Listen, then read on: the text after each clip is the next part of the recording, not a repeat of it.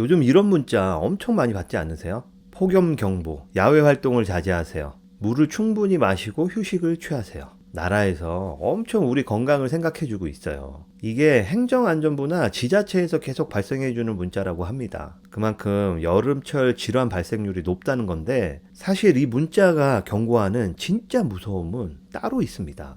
뇌출혈, 뇌경색 같은 혈관 질환 있잖아요. 우리가 보통 이런 질병은 흔히 겨울철에 많이 발생할 거라고 생각을 하고 있어요. 새벽에 출근하다가 운동 나갔다가 갑자기 찬바람을 맞고 체온이 내려가니까 혈관이 수축되고 혈압이 올라가서 뇌출혈로 쓰러졌다. 이런 얘기 많이 들으셨을 거예요. 근데 최근 의학 자료들을 보면 얘기가 좀 다르더라고요. 여름철에 우리가 땀을 많이 흘리잖아요. 그러면 몸속에 수분이 빠져나가서 혈액이 진해진다고 합니다. 쉽게 말해서 물이 증발하니까 혈액의 농도가 진해져서 찐득해진다고 합니다. 그러면 혈전, 피떡이 생기기 더 쉬운 환경이 되는 겁니다. 실제로 병원 방문 통계를 보면 겨울보다 오히려 여름에 뇌졸중 환자가 더 많이 나오는 경우도 확인된다고 하더라고요. 특히 고혈압, 당뇨 있으신 분들, 65세 이상 고령층 분들은 이 시기에 각별히 조심하셔야 돼요. 오늘은 이 뇌혈관 질환이 왜 무서운지, 그리고 진짜 무서운 건 뭔지 조금 더 깊이 들어가 보도록 하겠습니다.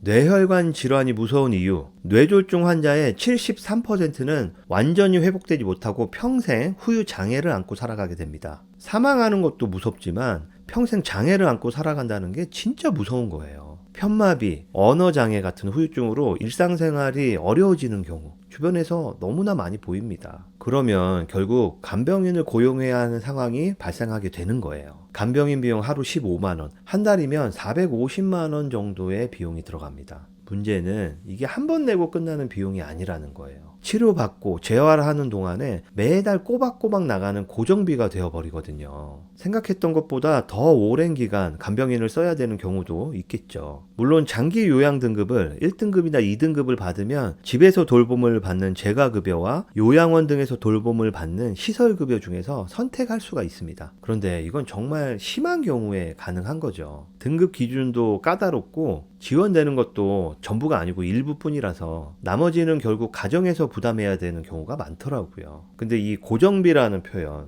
이게 그냥 하는 말이 아니에요. 이게 왜 무서운 고정비인지 진짜 이유는 따로 있습니다. 간병비는 현금으로, 그것도 매달 즉시 지급해야 하는 고정비거든요. 이 고정비를 감당 못하면 결국 평생 쌓아온 것들, 내 집이나 노후자금 같은 일생 동안 준비해온 모든 것들이 흔들리기 시작합니다. 모든 문제들은 결국 현금 흐름이 막혔을 때 터지더라고요. 김경록 박사님 아세요? 이분이 은퇴연구소 소장도 하시고 한국에서 손에 꼽히는 퇴직과 은퇴 전문가이신데, 노후 준비의 핵심은 60세 전후를 기점으로 자산관리의 패러다임을 축적해서 인출로 전환하는 데 있다고 강조를 하고 있습니다. 내 아파트 호가가 지금 얼마냐, 그게 중요한 게 아니라고요. 그 아파트도 은행 대출 절반은 껴있지 않습니까? 오히려 위기의 순간에 은행 대출까지 경제적 부담으로 작용하는 상황이 되는 거예요.